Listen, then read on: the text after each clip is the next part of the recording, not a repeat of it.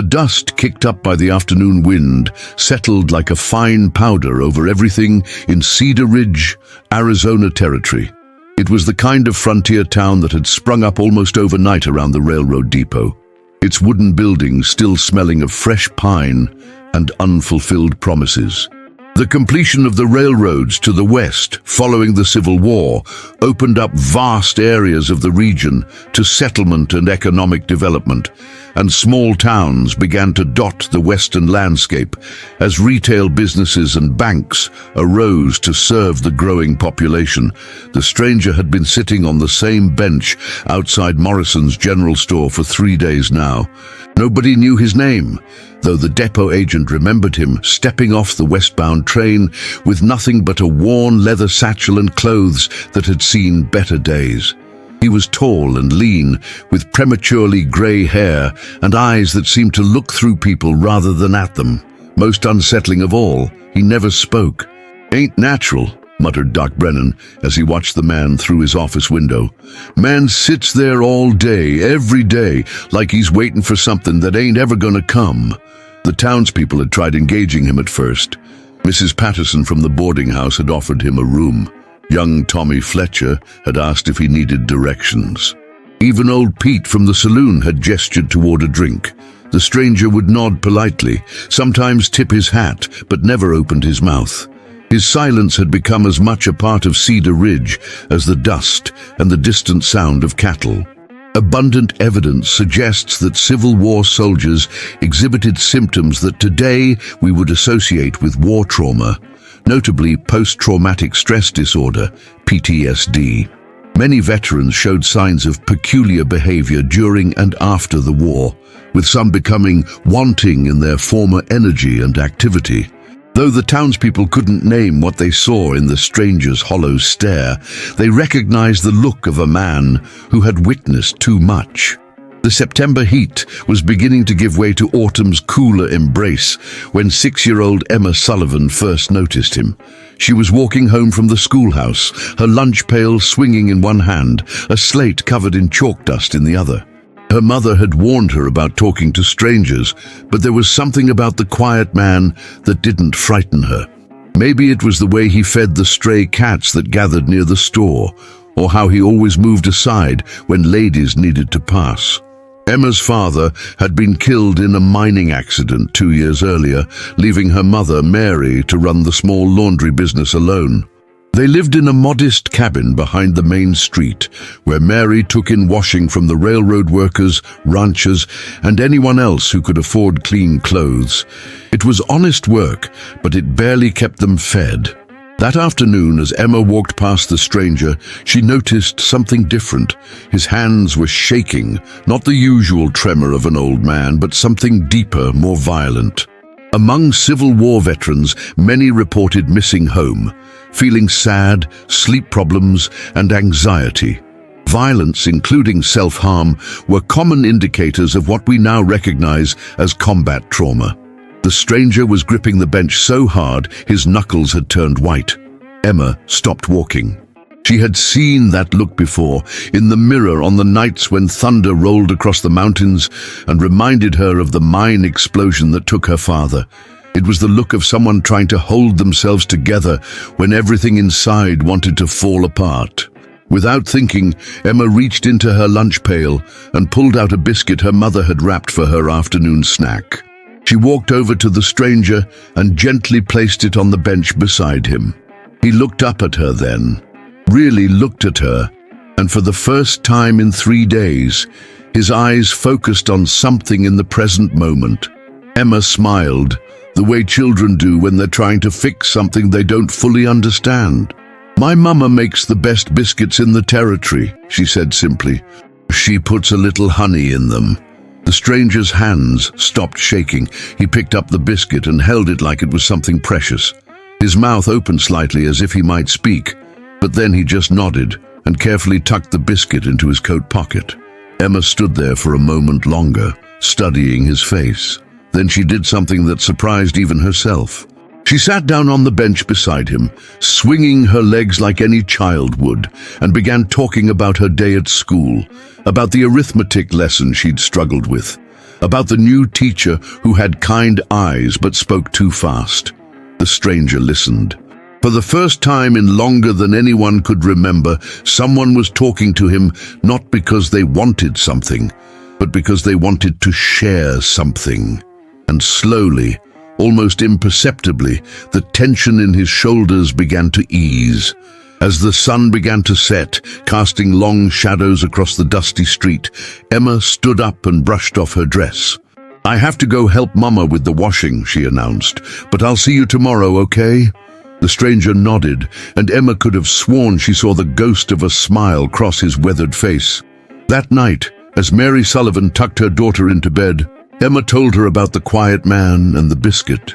Mary listened with the patience of a mother who knew her child's heart was bigger than her understanding of the world's dangers. "He seemed so sad, Mama," Emma said, "like he lost something important and can't remember where he put it." Mary stroked her daughter's hair. "Some people carry their hurts on the inside, sweetheart.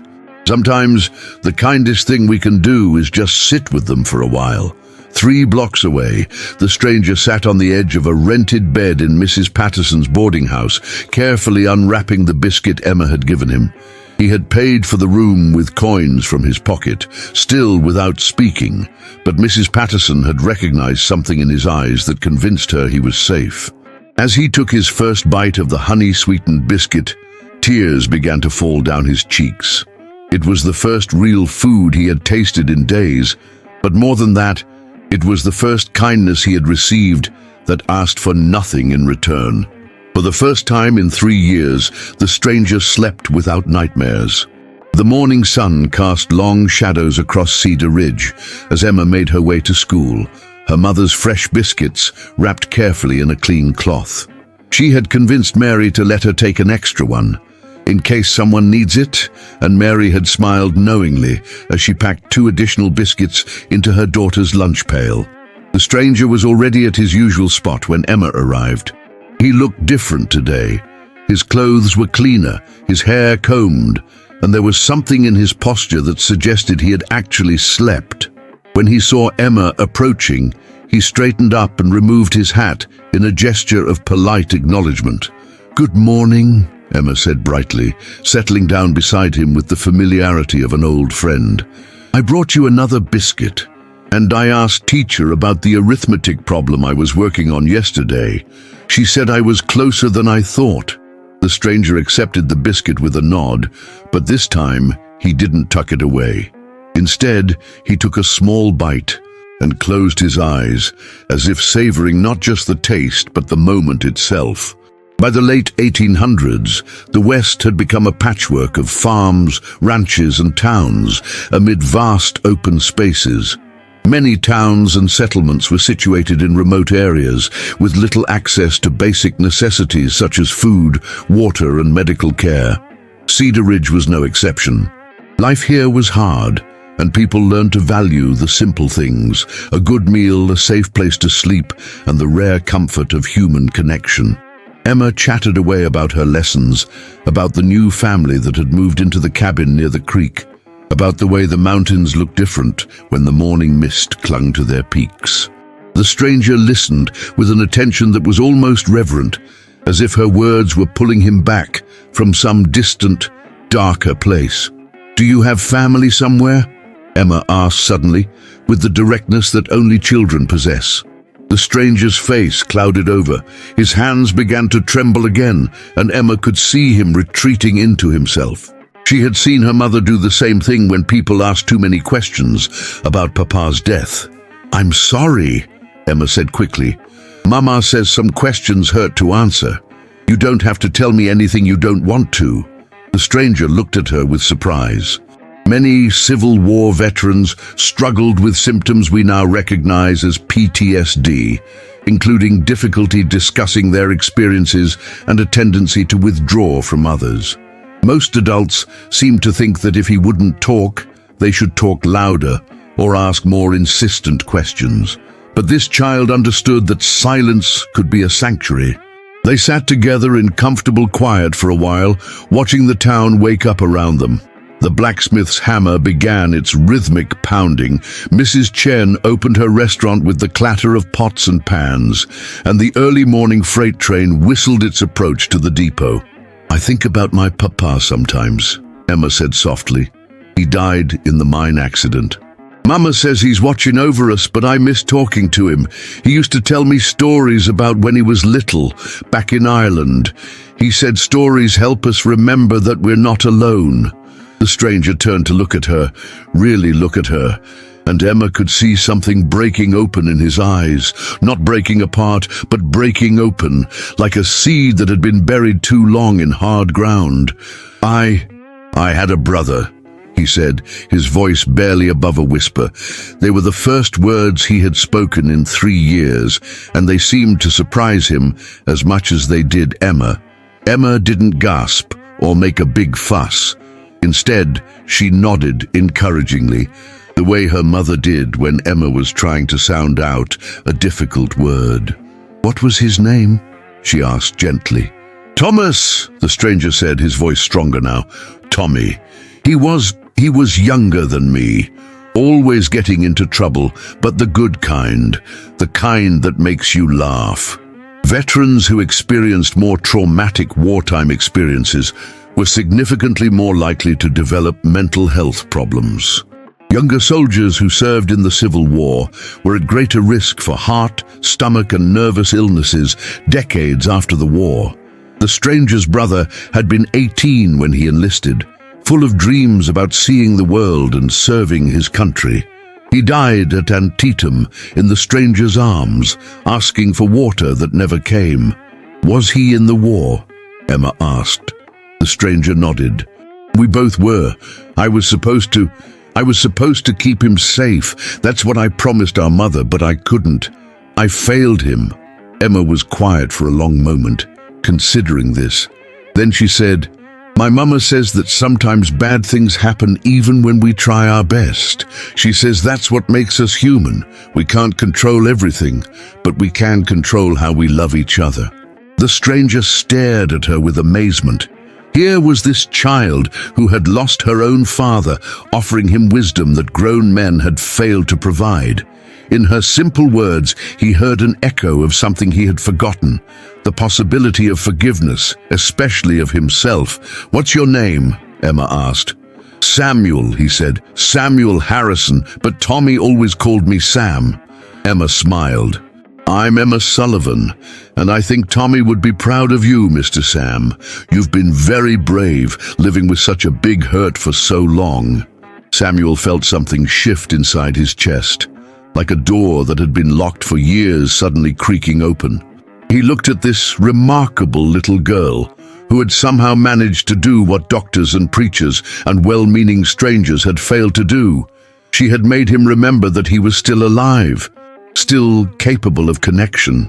"Emma," he said, his voice growing steady, would you like to hear a story about Tommy, about the time he tried to train a wild rabbit to pull a tiny wagon?" Emma's eyes lit up. "Yes, please." As Samuel began to tell the story, his voice grew stronger with each word. He told her about Tommy's boundless optimism, his terrible jokes, his way of finding wonder in the smallest things. He told her about the brother who had shared his dreams, his fears, and his last breath. By the time the story ended, both of them were crying. Emma for the uncle she would never meet, and Samuel for the brother he was finally allowing himself to remember with joy instead of just pain. "Mr. Sam," Emma said, wiping her eyes with her sleeve, "would you like to come home with me? Mama always makes extra food, and she says our cabin is too quiet with just the two of us." Samuel looked at this child who had somehow managed to unlock 3 years of silence with nothing but kindness and genuine interest. He thought about the empty boarding house room, the endless days of sitting alone with his ghosts, the way he had been slowly disappearing into his own sorrow. "I don't want to be a burden," he said quietly. Emma stood up and took his hand with the confidence of someone who had never doubted the goodness of the world. "Do you want to stay?" she asked. "I mean, really stay? Not just visit, but stay with us?" Mama and we could use someone to help with the heavy washing and fixing things around the cabin, and I think you could use someone to tell Tommy's stories to." Samuel looked into her earnest young face and saw something he hadn't seen in years, a future that wasn't defined by his past. A chance to be useful again, to be part of something larger than his own pain. "Yes," he said, his voice clear and strong. "Yes, Emma, I'd like that very much." As they walked toward the Sullivan cabin, Emma chattering excitedly about introducing him to her mother and showing him the washing setup, Samuel felt something he had thought was lost forever. He felt hope. Behind them, the bench where he had spent 3 silent days sat empty, but it no longer seemed like a place of exile. It had become the spot where his new life began. Mary Sullivan was hanging laundry on the line behind their cabin when she heard Emma's voice calling excitedly from the front yard. She had been expecting her daughter home from school, but the sound of 2 sets of footsteps on the wooden porch made her pause. "Mama, Mama, come meet Mr. Sam." Mary wiped her hands on her apron and walked around to the front of the cabin, where she found Emma standing beside the quiet stranger who had become the talk of Cedar Ridge. Up close, she could see what others had missed. This wasn't a dangerous man, but a broken one. His eyes held the same haunted look she had seen in some of the men who had returned from the war, the ones who jumped at sudden noises and preferred to sit with their backs to the wall. "Ma'am," Samuel said, removing his hat, "I'm Samuel Harrison, your daughter. She's been very kind to me. She invited me to meet you." Emma bounced on her toes with excitement. Sam was in the war with his brother Tommy. He's been sad for a long time, but he told me the most wonderful story about Tommy trying to train a rabbit. And Mama, he doesn't have anywhere to stay where people care about him." Mary studied Samuel carefully. Many people in frontier towns were single men, ranging in age from their early 20s to early 50s, often trying to make an honest living in harsh conditions. She had learned to read people quickly. It was a survival skill for a widow with a young daughter. What she saw in Samuel's face wasn't deception or malice, but a deep weariness and something that might have been hope. "Mr. Harrison," she said slowly, "Emma tells me you've been staying at Mrs. Patterson's boarding house. Are you looking for work?" Samuel straightened his shoulders. "Yes, ma'am. I'm willing to do any honest work. I'm handy with repairs. I can lift heavy things and I learn quickly. I don't drink and I don't cause trouble." Many Civil War veterans struggled with irritable heart marked by rapid pulse and anxiety, as well as sleep problems and difficulty readjusting to civilian life. Mary could see the effort it took for Samuel to speak clearly, to present himself as reliable despite whatever demons he carried. "Can you work with your hands?" she asked. "I run a laundry business, and some of the equipment needs constant fixing. The washing tubs leak, the wringer handle is loose, and I can barely lift the heavy baskets when they're full of wet clothes." "I can fix anything that's broken," Samuel said with quiet confidence, "and I'm stronger than I look." Emma grabbed her mother's hand. "Mama, Mr. Sam needs somewhere to belong, and we need someone to help us. It's perfect." Mary looked at her daughter's earnest face, then at Samuel's hopeful one. She thought about the long nights when she lay awake worrying about money, about the heavy work that was wearing down her body, about Emma growing up without a father figure. She thought about the empty chair at their dinner table and the way the cabin felt too quiet in the evenings. "There's a small room behind the kitchen," she said finally. "It's not much, just space for a bed and a washstand. But it's private and warm. If you're willing to help with the business and contribute to household expenses, you're welcome to stay." Samuel's eyes filled with tears. "Mrs.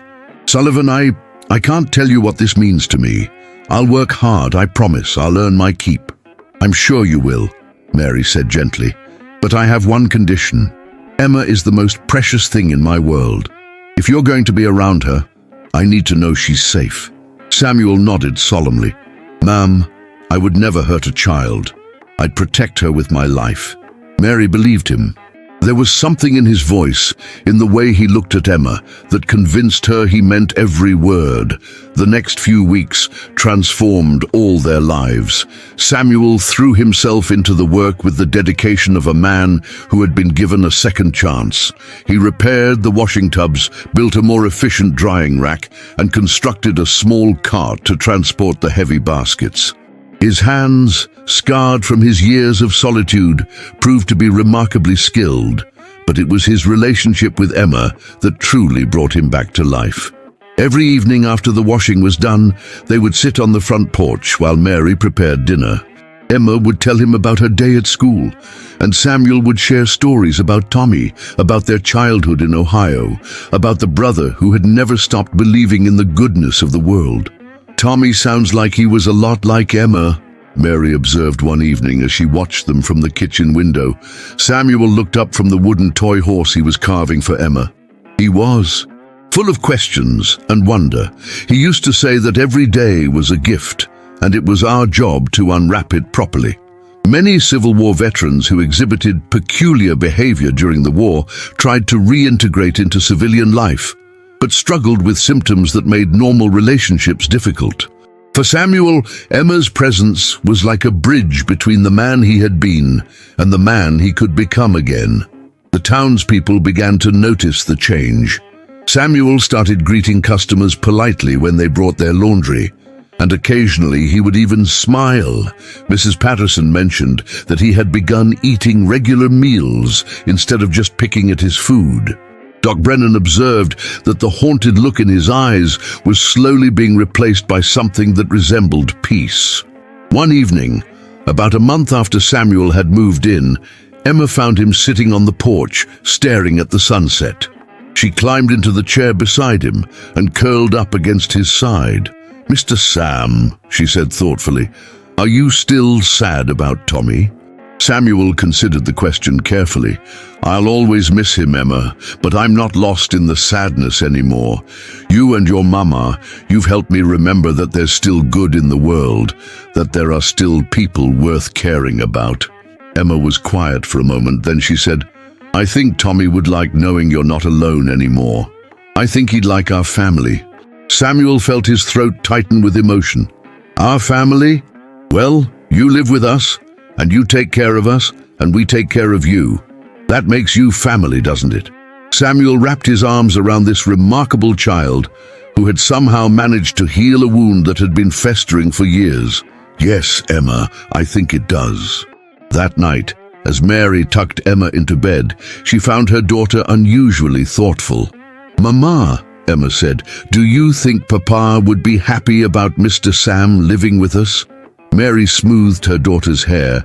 "I think Papa would be grateful that someone is helping to take care of his girls, and I think he'd be proud of you for having such a kind heart." Emma smiled sleepily. "I like having Mr. Sam here. He makes the house feel full again." Mary kissed her forehead. "Yes, sweetheart, he does." As Mary made her way to her own room, she paused outside the door to Samuel's small space. She could hear him moving around quietly, getting ready for bed. For the first time in 2 years, the house didn't feel empty. It felt like a home. In his room, Samuel knelt beside his bed for his evening prayers, something he had started doing again since moving in with the Sullivans. He prayed for Tommy's soul, for his own continued healing, and for the family that had given him a reason to live again. Outside, the wind whispered through the desert sage, and somewhere in the distance, a train whistle called out across the vast Arizona landscape. But inside the Sullivan cabin, 3 people who had found each other in their brokenness were slowly becoming whole again. Winter came early to Cedar Ridge that year, bringing with it a bitter cold that seeped through the wooden walls and made the laundry work twice as challenging. But inside the Sullivan cabin, warmth had little to do with the temperature. Samuel had been with them for 6 months now, and the transformation in all their lives was remarkable. The man who had once sat silent and haunted on a bench outside the general store now rose each morning with purpose. He had expanded the laundry business, building a larger facility behind the cabin and negotiating contracts with the railroad depot and the local boarding houses. His quiet competence and absolute reliability had made him indispensable to their operation. But it was the changes in his heart that truly mattered. Emma had just turned 7, and Samuel had surprised her with a birthday gift he had been working on for weeks. A dollhouse that was an exact replica of their cabin, complete with tiny furniture and little cloth dolls representing their family. Emma had burst into tears of joy when she saw it, and Mary had watched with amazement as Samuel patiently explained each detail he had included. "You remembered everything," Emma whispered, examining the miniature washing tubs and the little porch where they sat together each evening. "I remember everything about this place," Samuel said softly. "It's the first real home I've had in years." Many Civil War veterans who experienced combat trauma found that reconnecting with civilian life and forming stable relationships was crucial to their recovery. For Samuel, the Sullivan household had become his anchor to the world of the living. That evening, as they sat around the dinner table, a ritual that had become sacred to all of them, Emma made an announcement that would change their lives forever. "Teacher says we're going to have a Christmas pageant at the school," she said excitedly. "All the families are supposed to come, and we're going to sing songs and act out the nativity story." Mary smiled. "That sounds wonderful, sweetheart. I'll make sure to close the laundry early that day so I can be there." Emma looked at Samuel with hopeful eyes. "Will you come too, Mr. Sam? You're family now." Samuel felt his chest tighten with emotion. The idea of sitting in a crowded room full of families, of being part of something so normal and joyful, both thrilled and terrified him. But looking at Emma's eager face, he knew he would walk through fire before he disappointed her. "I'd be honored to come," he said. 2 weeks later, the entire town gathered in the schoolhouse for the Christmas pageant. Samuel sat between Mary and Emma, his hands folded carefully in his lap, still not entirely comfortable with being part of such a social gathering. But as he watched Emma on the makeshift stage, singing with the other children, he felt something he hadn't experienced in years: pride. After the pageant, as families milled around sharing refreshments and conversation, several townspeople approached Samuel. They thanked him for his work, commented on how happy the Sullivan family seemed, and included him in their discussions about town improvements and future plans. "You know," said Doc Brennan, appearing at Samuel's elbow, "you've become quite the pillar of the community. Hard to believe you're the same man who sat on that bench for 3 days without saying a word." Samuel looked across the room at Emma, who was excitedly telling her friend about the dollhouse he had made for her. "I'm not the same man," he said quietly. "That man was lost. This one was found." As they walked home through the crisp winter air, Emma slipped her hand into Samuel's. "Mr. Sam, I have something to tell you." "What's that, little one?" "I've been thinking about what to call you." "I mean, Mr. Sam is nice, but it doesn't feel right anymore. You're not just Mr. Sam to me." Samuel stopped walking, his heart racing. "What would you like to call me?" Emma looked up at him with eyes full of love and certainty. "I'd like to call you Papa Sam, if that's okay. I know you're not my real papa, but you take care of me like one. And I think my real papa would be happy knowing someone loves me the way you do." Samuel knelt down in the snow, pulling Emma into his arms. Tears streamed down his face as he held her close. "Emma, I would be honored to be your Papa Sam. You've given me more than I ever dreamed I could have again." Mary watched this scene with tears in her own eyes. She had been alone for so long, carrying all the weight of raising Emma by herself. Now she saw her daughter wrapped in the arms of a man who loved her completely, and she felt a burden she hadn't even realized she was carrying begin to lift. Later that evening, after Emma had gone to bed, Mary and Samuel sat by the fire, sharing the comfortable silence that had become natural between them. "Samuel," Mary said softly, "I need to tell you something. When Emma first brought you home, I was terrified, not of you, but of what it might mean. I was so afraid of letting anyone into our lives, of risking the stability we had built." Samuel looked at her questioningly. "But you've become so much more than just help with the business. You've become..." essential to both of us. I can't imagine our lives without you anymore. Samuel felt his heart pounding. Mary, I feel the same way. You and Emma, you've saved me. You've given me a reason to live again, a purpose beyond just surviving. Mary reached across the space between their chairs and took his hand. I know we're not a conventional family. We're three people who found each other in our brokenness and somehow made each other whole, but I think that's the most beautiful kind of family there is. Samuel squeezed her hand gently. I love you, Mary. I love Emma. I love this life we've built together. I never thought I'd be able to say those words again. I love you too, Mary whispered. And I think Emma was right. I think my husband would be grateful that someone is loving his girls so completely. 6 months later, Cedar Ridge witnessed something that had become increasingly rare in the harsh frontier territory, a wedding celebration. Samuel and Mary were married in the small church, with Emma serving as their flower girl and the entire town turning out to celebrate. As they exchanged vows, Samuel thought about the journey that had brought him to this moment. He thought about Tommy and the promise he had made to take care of his brother. He had failed at that promise, but he had learned that sometimes our greatest failures can lead to our most important purposes. Many Civil War veterans who experienced trauma found that forming stable relationships and finding purpose in civilian life were crucial to their healing process. Samuel had found both in the most unexpected place, in the simple question of a 6-year-old girl who had seen through his pain to the man he could become again. After the ceremony, as the three of them stood together on the porch of their home, Emma looked up at her new father with satisfaction. Papa Sam, she said, I knew you wanted to stay from the very first day. I could tell you were looking for a family, just like we were looking for you. Samuel picked her up and spun her around, his laughter joining hers and Mary's in the clear desert air. How did you know, little one? Emma grinned with the wisdom of someone who had learned that love was the most powerful force in the universe. Because when someone is meant to be part of your family, you can see it in their eyes. And when I asked if you wanted to stay, your eyes said yes even before your mouth did. Tsukish. As the sun set over the Arizona territory, painting the sky in shades of gold and crimson, the three of them sat on their porch.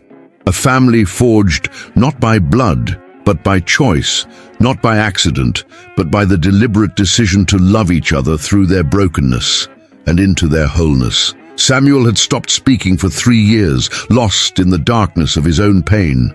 But a little girl's simple question, "Do you want to stay?"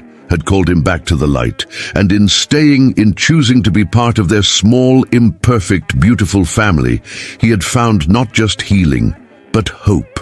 The bench outside Morrison's general store stood empty now, but it would always be remembered as the place where silence was broken by love, where a man who had lost everything found what he needed most, a reason to live, a family to love, and the understanding that sometimes the most important journeys begin with the simplest invitation to stay. In the distance, a train whistle echoed across the vast landscape, carrying other lost souls toward their own possibilities of redemption. And in the Sullivan cabin, 3 people who had found each other in their brokenness settled into the quiet contentment of a family that had been worth waiting for.